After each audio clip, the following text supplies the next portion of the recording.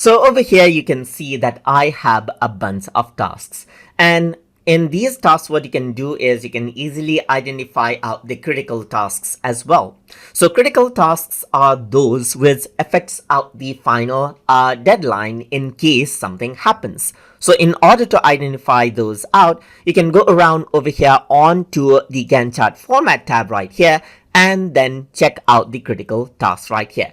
Once you go around and check it out, over here you can see that the production is a critical task right here, just like this. The shooting in the production, as you can see, is a critical task. That is because it is highlighted as red.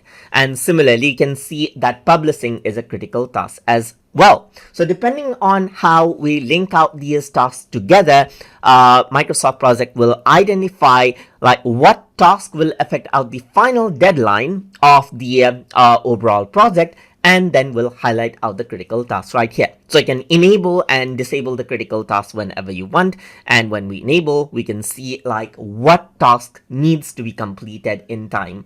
And that is how you can identify out the critical task inside of Microsoft Project. So I hope you guys learned something as always.